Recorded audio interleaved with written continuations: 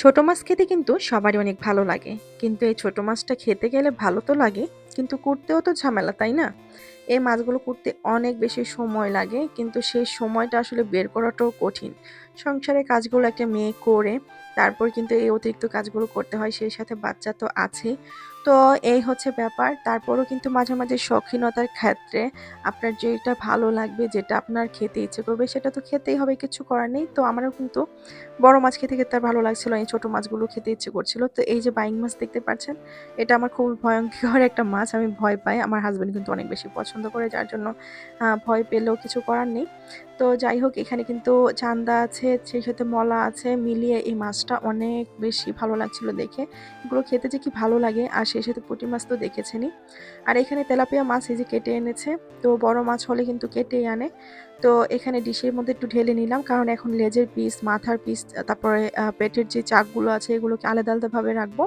এতে করে যখন রান্না করব তেমন একটা ঝামেলা হবে না। আর না হলে সবগুলো ভিজে আমার আবার এগুলোকে ছোটাতে হবে। তো তার জন্য কিন্তু সবসময় এটা করি, যখন মাছ আনে সেগুলো বড় মাছগুলোকে একদম ভালোভাবে আলাদা আলাদা করে রাখি, যেন আমার পরবর্তীতে সমস্যা না হয়। তো এখানে কিন্তু আমি পুঁটি মাছগুলো দেখতেই পাচ্ছেন ঢেলে নিয়েছি। কত সুন্দর ফ্রেশ আর টাটকা। একদমই টাটকা মাছ ছিল।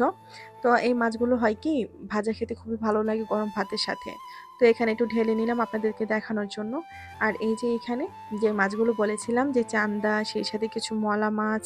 তো এই মাছগুলো দেখছেন একদম যেমন নদীর মাছ, খুবই সুন্দর ধবধবে সাদা আর টাটকা ছিল একবারেই। তো এখানে এই যে পুঁটি মাছগুলো কেটে নিয়েছি, কারণ পুঁটি মাছগুলো এখন ভাজা করব। এগুলো আসলে টাটকা, টাটকা খেতেই ভালো। তো পুঁটি মাছ বেছে মেছে যেগুলো একটু বড় সেগুলোই নিয়েছি। আর দেখতেই পেরেছেন মাছগুলো অনেক বেশি বড় তেমন একটা না। কিন্তু এই মাছটা খেতেও কিন্তু অনেক বেশি ভালো লাগছিল। তো এই যে এখানে মসলাটা মাখিয়ে নিয়ে তারপরে এখন ফ্রাই প্যানে ভেজে নেব। তো এই পুঁটি মাছ ভাজতে কিন্তু অনেক বেশি আপনার সময় লাগে না। ২ থেকে ৩ মিনিটে আমি মনে করি ভাজা হয়ে যায়। আর এটা ভাজার সময় করবেন কি, চুলোর জালটা বাড়িয়ে দিয়ে তেলটাকে খুব ভালোভাবে গরম করে নিতে হবে। আর গরম করে নিলে তারপর কিন্তু পুঁটি মাছ এক পিঠ যখন সুন্দরভাবে হয়ে যাবে, তখন আবার আরেক পিঠ আপনার উল্টে দিলেই কিন্তু এটা মোটামুটি ভাজা হয়ে যায়। তারপর আপনি কিরকম মুচমুচে খেতে পছন্দ করেন সেটা সম্পূর্ণ আপনার উপর। যেমন আমার হাসব্যান্ডটি একদম মুচমুচে মাছ পছন্দ করে না। সে কিন্তু একটু সফট টাইপের মাছ পছন্দ করে, একটু জুসি থাকবে এরকম আরকি। বেশি কুরকুরে হলে ওনার কাছে নাকি ভালো লাগে না। আবার আমার কাছেই দেখুন একটু মুচমুচে হলেই সেটা ভালো লাগে। তো যাই হোক, আ এই যে মাছ ভাজা একদম কমপ্লিট হয়ে গেছে, নামিয়ে নিচ্ছি।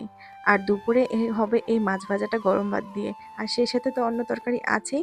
কিন্তু এটা হচ্ছে যেহেতু এনেছে একদম টাটকা, গরম, গরম ভেজে দিলাম। এতে করে যে এনেছে তারও ভালো লাগবে। আর আমারও যেহেতু ইচ্ছে করছিল, ভাবলাম যে গরম, গরম খেয়েই নিই।